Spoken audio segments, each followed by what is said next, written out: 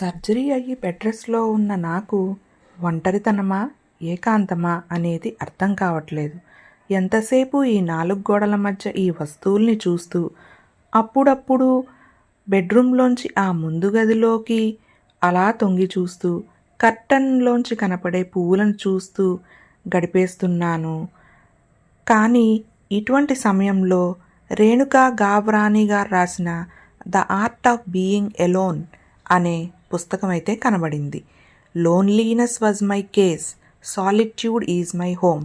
ఏకాంతాన్ని ఆస్వాదించడం ఎలా అనే ఈ పుస్తకం ఒంటరితనం అనే భయాన్ని పోగొట్టుకుని ఏకాంతాన్ని శక్తిగా మార్చుకోవాలని చెబుతారు.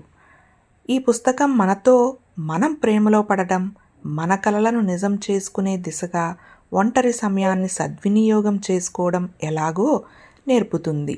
ఒంటరితనం అంటే దిగులే కదండి, కానీ ఏకాంతం అంటే స్వయం అభివృద్ధి. ఈ పుస్తకం ఏకాంతాన్ని ఒక నివాసంలా మార్చుకోమని చెబుతుంది.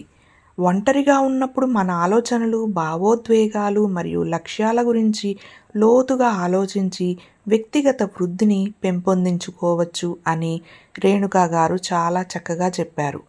ఒంటరితనం నుండి ఏకాంతం, ఒంటరితనం వల్ల కలిగే భయాన్ని జయించడం ఎలా, ఈ సమయాన్ని మనల్ని మనం మెరుగుపరుచుకోవడం ఎలా అనేది బాగా తెలుస్తుంది.